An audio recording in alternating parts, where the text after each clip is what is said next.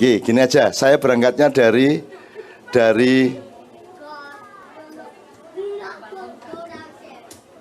saya berangkatnya dari, Anda ngerti ya, ada syariat, thariqat, hakikat, ma'rifat. Tapi saya ngomongnya yang gampang aja. Anda makan tuh karena ingin ngerakoti sesuatu atau karena ingin sehat? Nah, jadi syariatnya itu ngerakoti apa sih ya? Terus mangan gitu ya. Syariatnya itu makan. Hakikatnya sehat. Ma'rifatnya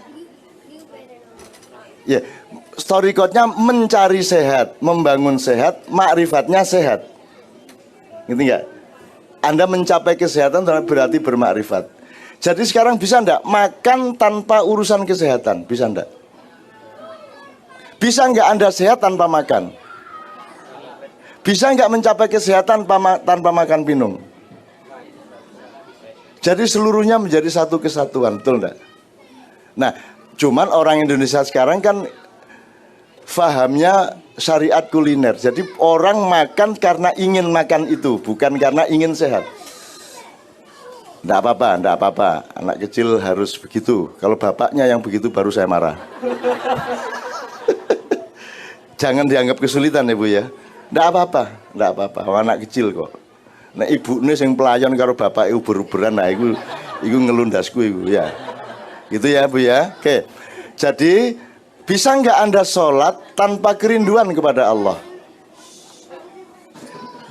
Bisakah Anda sholat tanpa menikmati pengabdianmu kepada Allah? Bisa nggak? Saya tanya lagi. Bisa nggak engkau sholat tanpa ingat Allah? Nah, bisakah atau bolehkah engkau ingat Allah tanpa sholat?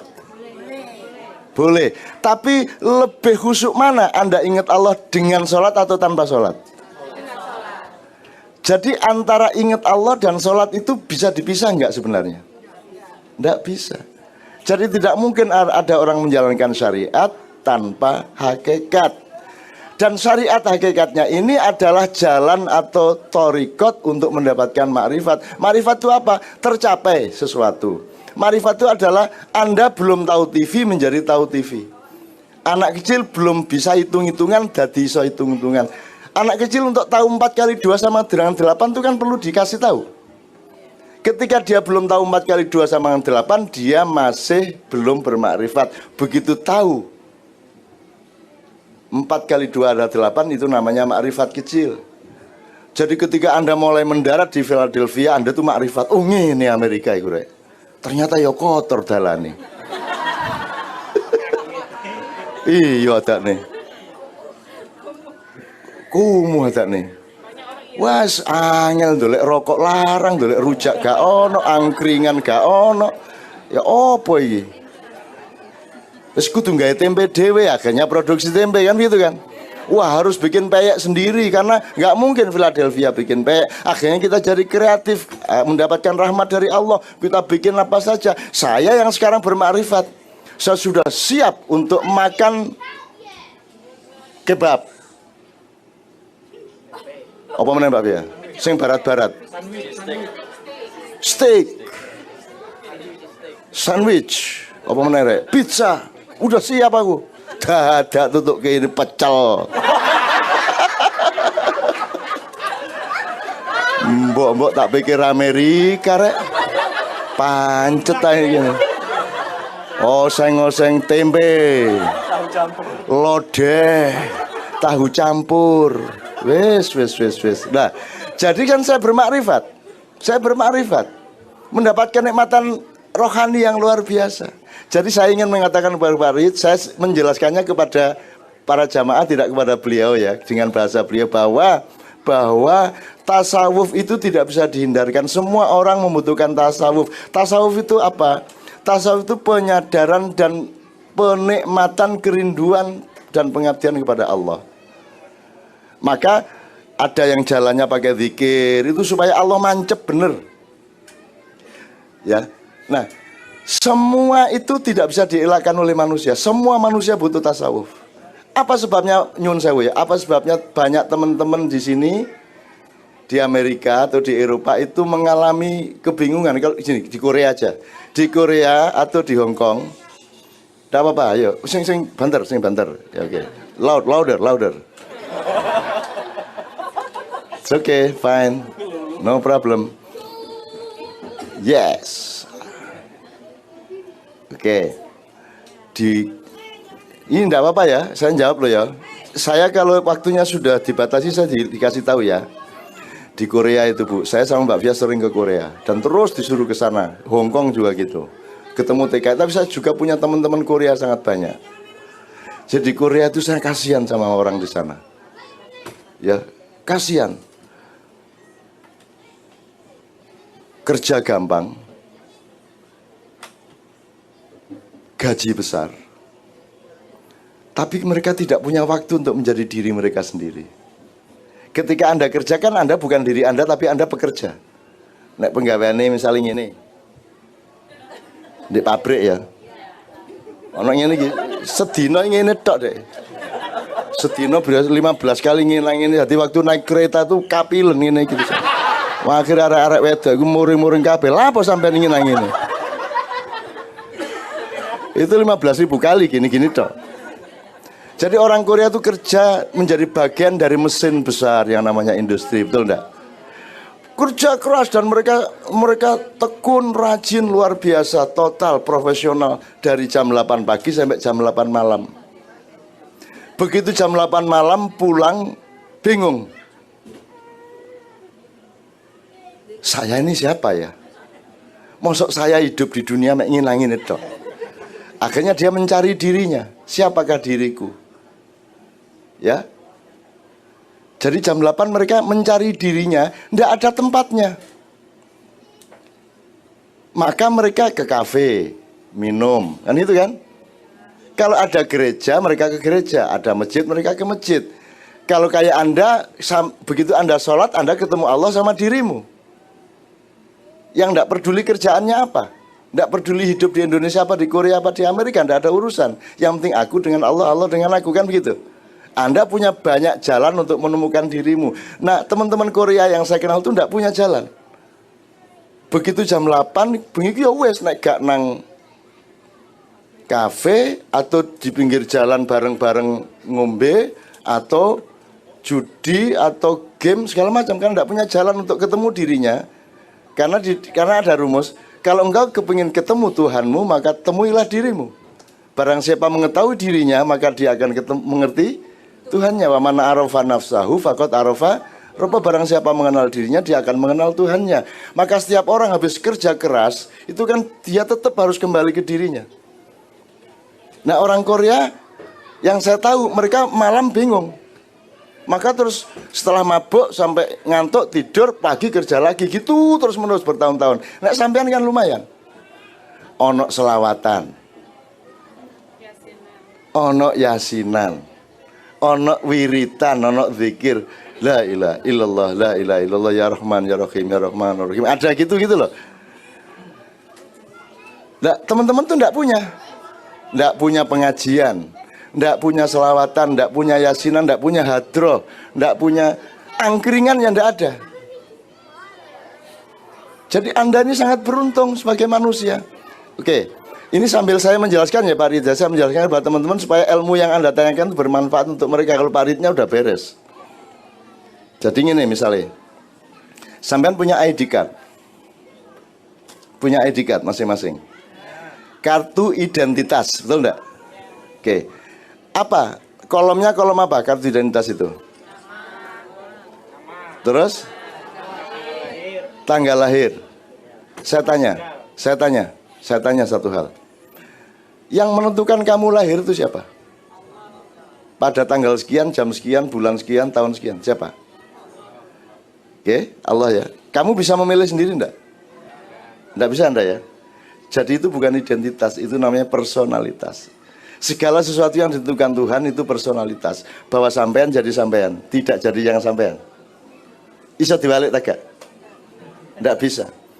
Bahwa Anda tinggi badannya sampai gede itu segitu. Siapa yang menentukan? itu Allah, itu berarti personalitas. Jadi itu diri uluhiyahmu, diri ketuhananmu.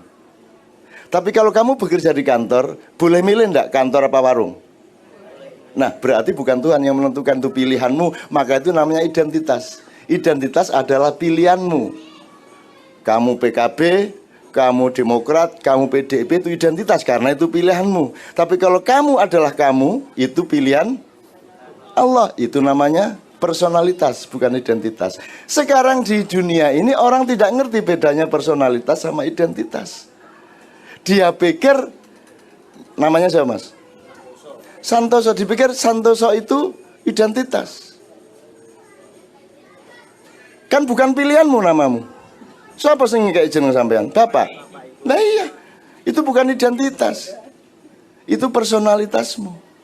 Bahwa engkau berambut keriting itu personalitasmu, karena kamu tidak bisa. Gak ono bapak ibu sira aku tak gaya anak keriting, gak ono ceritanya. Gak ono ceritanya. Bener ya? Nah, ketika Anda bekerja itu Anda sedang mengerjakan identitas Anda. Tapi begitu Anda pulang ke rumah, temuilah personalitasmu, temuilah dirimu yang sejati, dirimu yang dari Allah. Dirimu yang dari Allah melalui orang tuamu dan leluhurmu. Itu yang dilupakan di Indonesia. Orang Indonesia tidak menghargai leluhurnya. Orang Indonesia tidak menghargai asal-usulnya.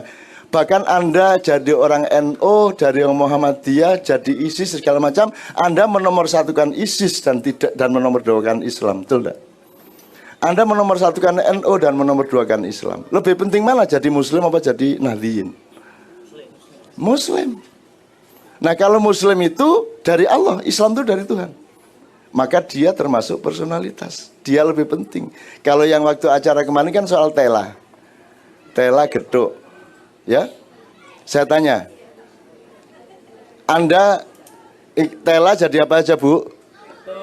Geduk, krepek, kolak, telu ya, kolak. Anda ke Philadelphia ini posisi tela apa geduk?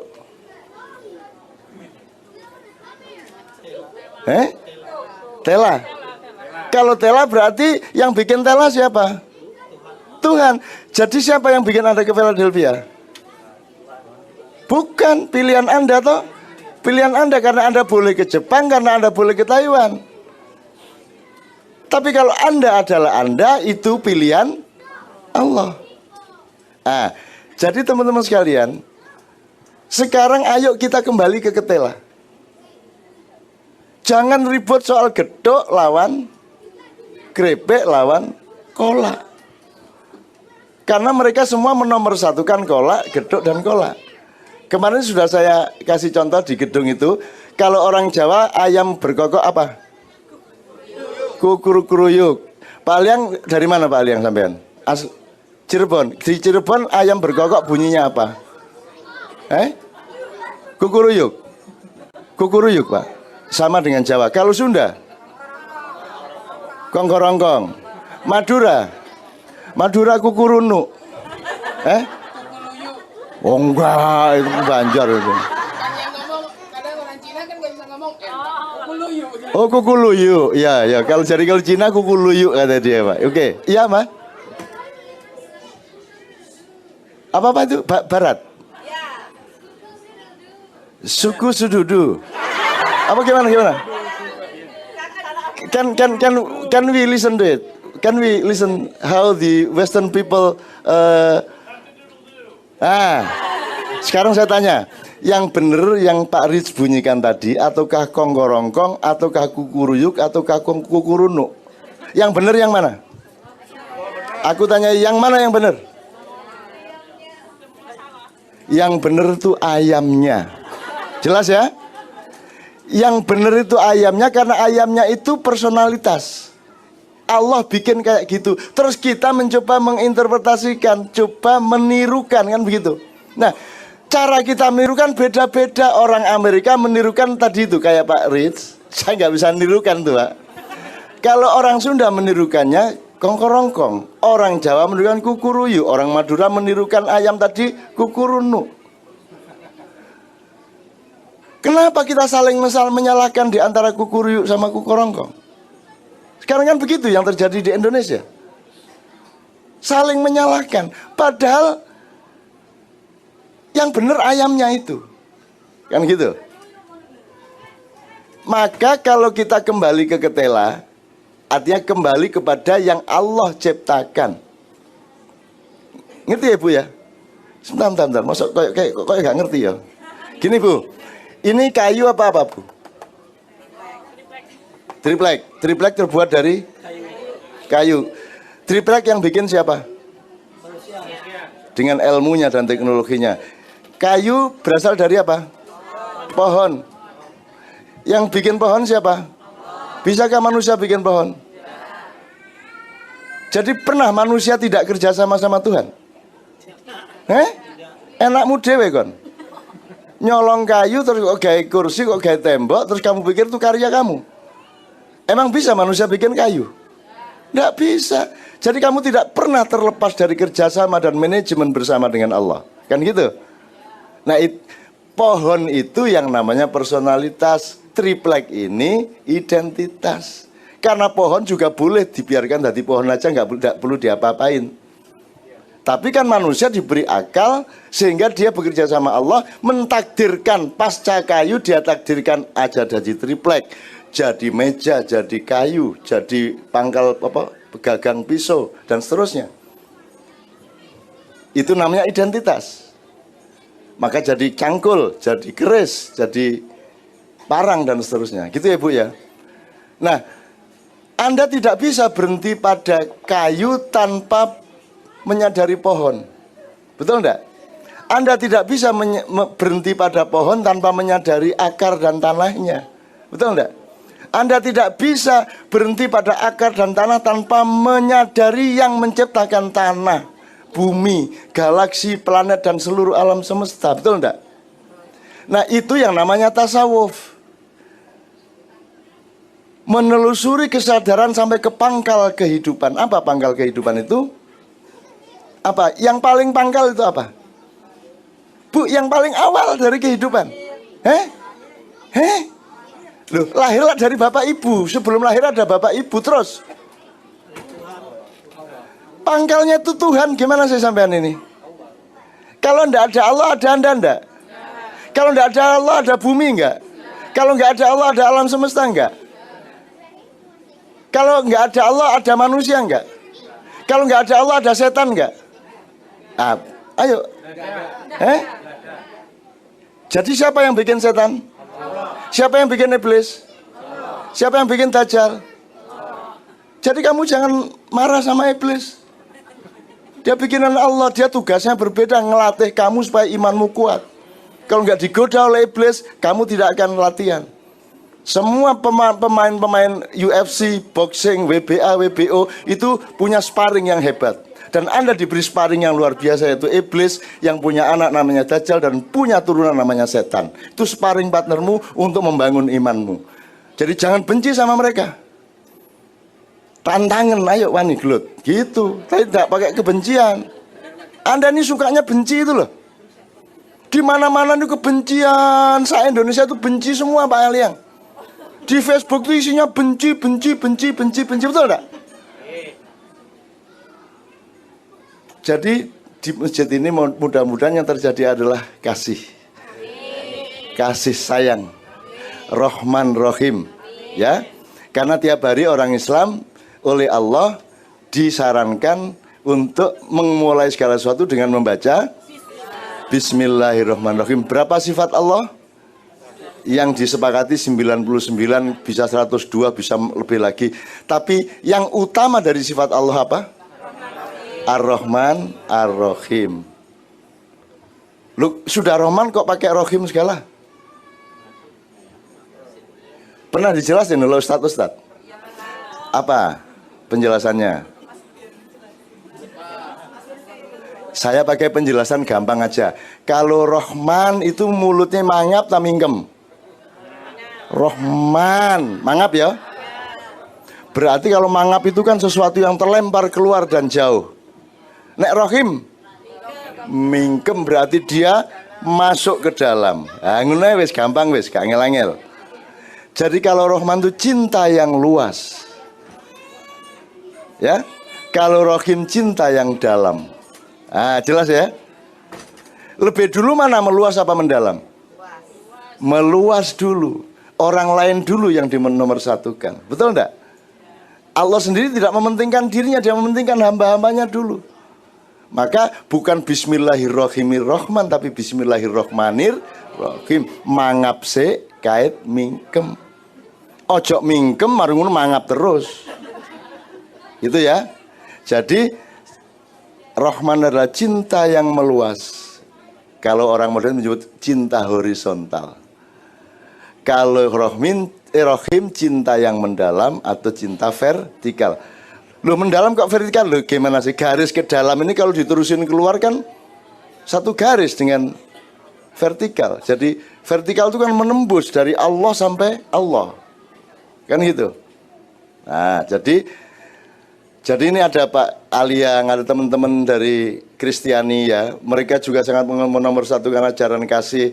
Di sini kita bertemu di dalam hal yang sama, di dalam dimensi yang sama, yaitu cinta kasih. Bahkan teman-teman Islam mulai hari ini menyadari bahwa cinta itu ada manajemennya. Cinta itu tidak hanya mendalam dan meninggi, tapi cinta itu juga harus meluas. Jadi terapannya misalnya gini, tidak bisa kau mentang-mentang dekat sama Allah, alim terus wiritan, ngaji terus, sembahyang terus, gak nyambut gawe. Bener nggak itu? Kalau Rohim dok kan wiritan, Allah insyaallah, Allah, gak nyambut gawe. Jadi orang harus horizontal, harus vertikal sekaligus. Harus dekat sama Allah, dan syaratnya dekat sama Allah adalah dekat sama manusia. Betul enggak? Anda harus bersatu dengan semua manusia, maka baru Anda bisa bersatu dengan Allah. Wong sekarang gini, saya pernah nempeleng Anda. Salah kan saya? Dosa kan? Terus saya minta maaf sama Allah, ya Allah ampunilah aku pernah menempeleng sahabat saya. Terus Allah bilang, bentar minta maaf dulu sama dia.